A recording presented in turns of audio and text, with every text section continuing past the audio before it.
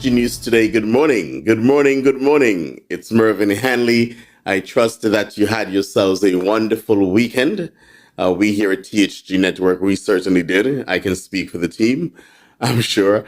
It is Monday, 4th December, and we're about to bring to you this morning's edition of THG News Today.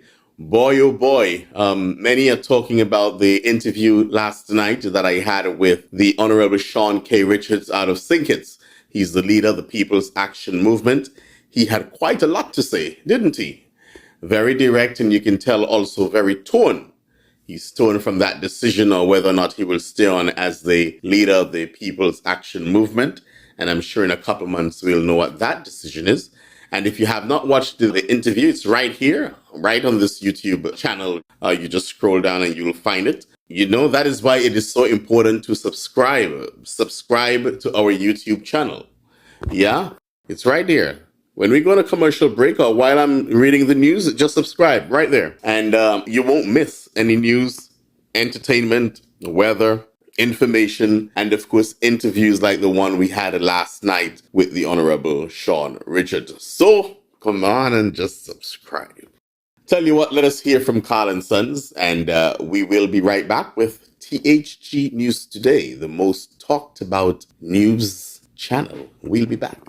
Carin Suns has delicious food to fit your lifestyle and go easy on your pockets. Carin Suns, your number one spot for breads, pastries, cakes, sandwiches, breakfast, and lunch. Check out Carin Suns today on Pondville and in Coal Bay.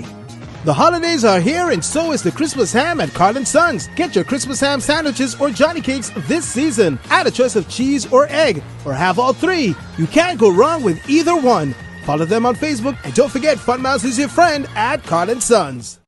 Barbados Nation was the first to report the sudden death of the director of Paho, Dominican-born Dr. Carissa Etienne, a well-respected public health expert in the Caribbean. According to reports, she died during the early hours of Friday morning. Family members confirmed to reporters that she collapsed at her home in the Maryland, United States. Dr. Etienne was the director of Pan American Health Organization and the regional director for the Americas of the World Health Organization. She was an advocate for universal health coverage, and her contributions to the field of public health will always be remembered. Dr. Etienne had a distinguished career starting as a medical officer in the Princess Margaret Hospital in Dominica before serving in various positions such as Director of Primary Healthcare Services and Chief Medical Officer. She was also Assistant Director of Paho and Assistant Director General of Health Systems and Services at the World Health Organization. Dr. Etienne graduated from the University of the West Indies in Jamaica with a degree in medicine and surgery and held a master's degree in community health from the London School of Hygiene and Tropical Medicine in the United Kingdom. My vision for the Americas is of a society free from inequality, where everyone, particularly the most vulnerable and disadvantaged people, can lead healthy, meaningful, and productive lives, was one of her last remarks. She championed the attainment of universal health coverage as a comprehensive goal for the Americas based on the primary healthcare approach. Dr. Etienne developed strategies, policies, and plans to expand access to comprehensive care, particularly for vulnerable populations and in undeserved and rural areas. She also worked towards improving governance and stewardship in health, financing for health, and intersectoral action to address the social determinants of health. In addition, she founded Paho's Department for Non-Communicable Disease and Mental Health to advocate for policies to increase taxes on unhealthy food products and scaling up interventions aligned with the Framework Convention of Tobacco Control. Dr. Etienne's leadership was critical in enabling the region to prepare for and mitigate the worst effects of the pandemic during the second half of her tenure. Under her guidance, Paho's revolving fund for access to vaccines delivered over 151 million COVID-19 vaccines, contributing to the swift rollout of this life-saving technology in the region. Sudden death there, shocking to many, of a woman with a very distinguished career. May her soul rest in peace. Barbados has welcomed the inaugural Norse Atlantic Airways flight The plane touched down on the tarmac on Friday afternoon. Passengers and crew were greeted by airport and tourism officials and a selection of Bayesian-themed entertainment. Norse Atlantic Airways is expected to service Barbados 5 times weekly from London to Gatwick. Let us hear from our media associates and from the activity on Friday. We've been working with the team for, I would say, close to 24 months from the first day that they expressed an interest in flying to the Caribbean and flying to Barbados. We obviously have been also working with the Hotel Association to make sure that we can pair, or Norse can pair their seats with the accommodation. They started the service to Barbados today, the 1st of December. The intention is to operate up to 5 flights a week between now and the middle of April next year. We flew over 4,000 miles today with some beautiful views, and what a fantastic welcome from all the representatives of Barbados. We brought with us about 160 passengers today. We're going to be upping the loads during the winter, and we've got plenty of frequencies, and we're excited to bring more passengers and more explorers to the beautiful island of Barbados. So thank you very much yet again for everyone's welcome today. Good stuff there in Barbados. The Mia Mottley administration, they're just going and going and going. What a champion. What a lady. What a lady.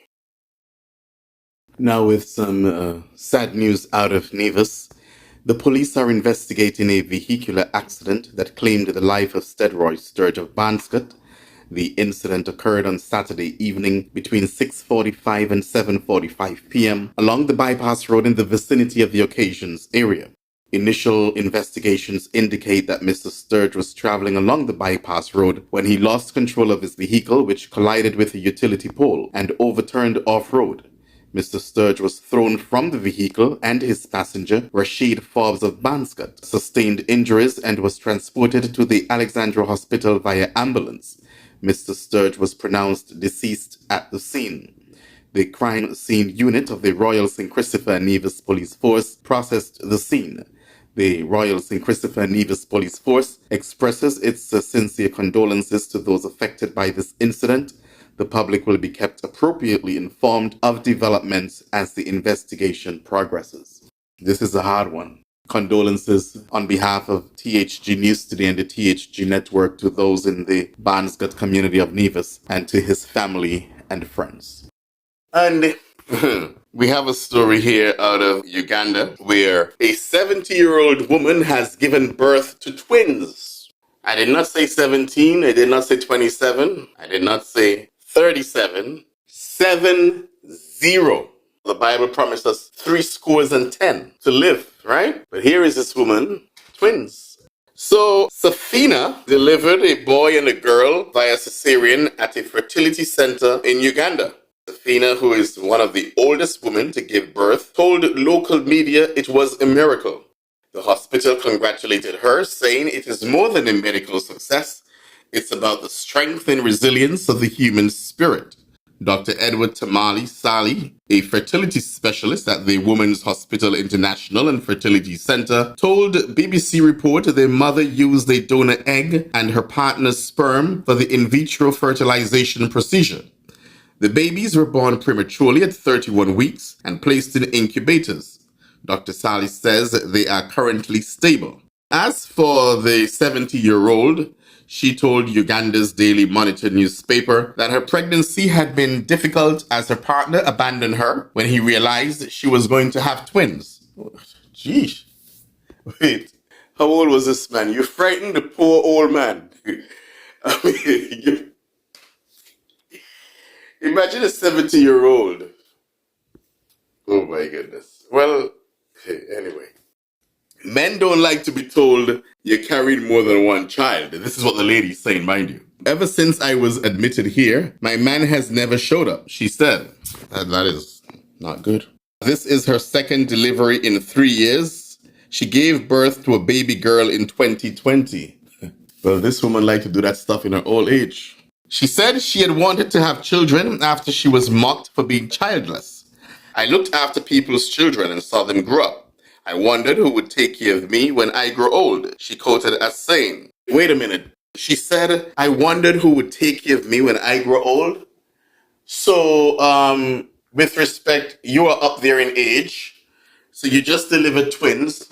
So when you grow old, so when you're 80, your children will be 10 years. They don't have time for you. That's time for school. And even in their teenage years at 90. So what? You're just getting twins for what? For them to look after you? When you grow old? That's why you got them? For them to take care of you? Let us continue with this story. Typically, women go through menopause between the ages of 45 and 55. Fertility drops around this time, but advances in medicine have made it possible for them to give birth. IVF is one of the several techniques. And during the process, an egg is removed from a woman's ovaries and fertilized with sperm in a lab. The fertilized egg, called an embryo, is then put in a woman's womb to grow and develop. Okay, just thought I went to biology class there. It felt like I was in a biology class just now. Yeah, so this 70-year-old, I wish her all the best. But if she's getting children, according to her, her quote, she wondered who would take care of her when she grows old. I don't know if she thinks she's 18, but congratulations to her. It's a miracle indeed. And I just hope that her children, they're in an incubator right now, that they're stable and able to live a wonderful life, free from taking care of their mother at the age of 10 or teenagers. They should be living their lives, going to school, getting an education and all that stuff. But I guess they do things different over in Uganda. Okay, and this is some great news here coming out of Guyana, right? The dispute between Venezuela and Guyana. The judges at the World Court on Friday ordered Venezuela to refrain from taking any action that would alter the situation on the ground in a potentially oil-rich territory that is the subject of a border dispute with Guyana, which controls the area. The court did not expressly forbid Venezuela from going ahead with a referendum that they had yesterday over its rights to the region around the Essequibo River, as Guyana has requested, but judges at the International Court of Justice, as the World Court is formally known, ruled that any move to alter the status quo should be dropped. The court observes that the situation that currently prevails in the territory in dispute is that Guyana administers and exercises control over that area. Presiding Judge Joan Donoghue said, Venezuela must refrain from taking any action which would modify that situation, she added. Venezuela reactivated its claim on the area in recent years after the discovery of offshore oil and gas. You hear that? That's all they wanted. Wanted to go in and have war with these people after Friday. If the court had decided that it's okay for Venezuela to get the land or whatever the case may be, they would have gone in there with boots down on the ground. That's all they wanted, the people's oil and gas. That's all they wanted. These greedy SOBs we call politicians.